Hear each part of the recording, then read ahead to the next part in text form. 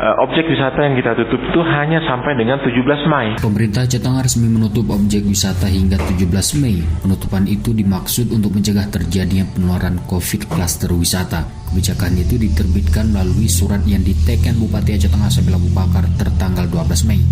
Suratnya ditujukan kepada seluruh pemilik objek wisata. Kadis Pariwisata, Pemuda dan Olahraga Aceh Tengah Jumanil NK kepada RRI mengatakan, surat edaran penutupan objek wisata itu juga telah disampaikan ke publik melalui medium media elektronik dan media sosial serta sejumlah komunitas. Surat edaran penutupan objek wisata ini katanya tidak berlaku bagi masyarakat yang berkunjung ke Aceh Tengah untuk bersilaturahmi. Objek wisata Aceh Tengah kembali dibuka pada 18 Mei.